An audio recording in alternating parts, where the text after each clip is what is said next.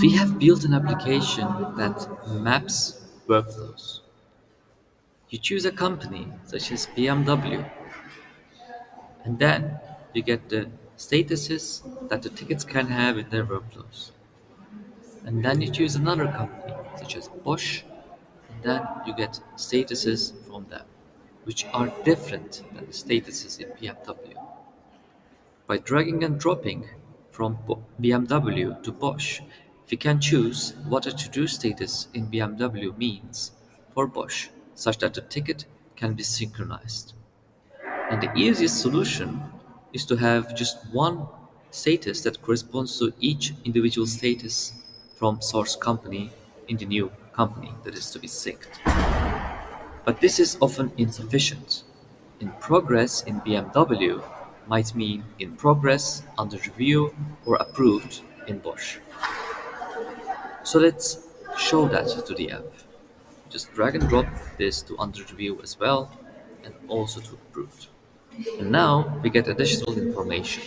When we scroll down, we see sample tickets that are in progress stage for BMW. We can read these to get an idea. And then we will create a textual description here as to when a ticket is to be assigned in progress, under reviewed, or approved status when it is in progress status in BMW.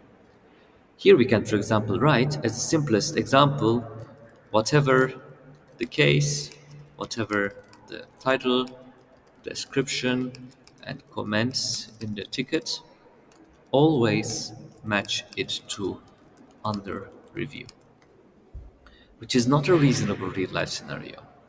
Normally, you would look at the comments and see that it is not conclusive, or LLM would make that inference, and then it would say this should be mapped to the under review status for Bosch. Sometimes you see that another engineer has approved and reviewed these changes, but a manager hasn't changed the status of the ticket to be done for some reason. In which case, it can be put to the approved status.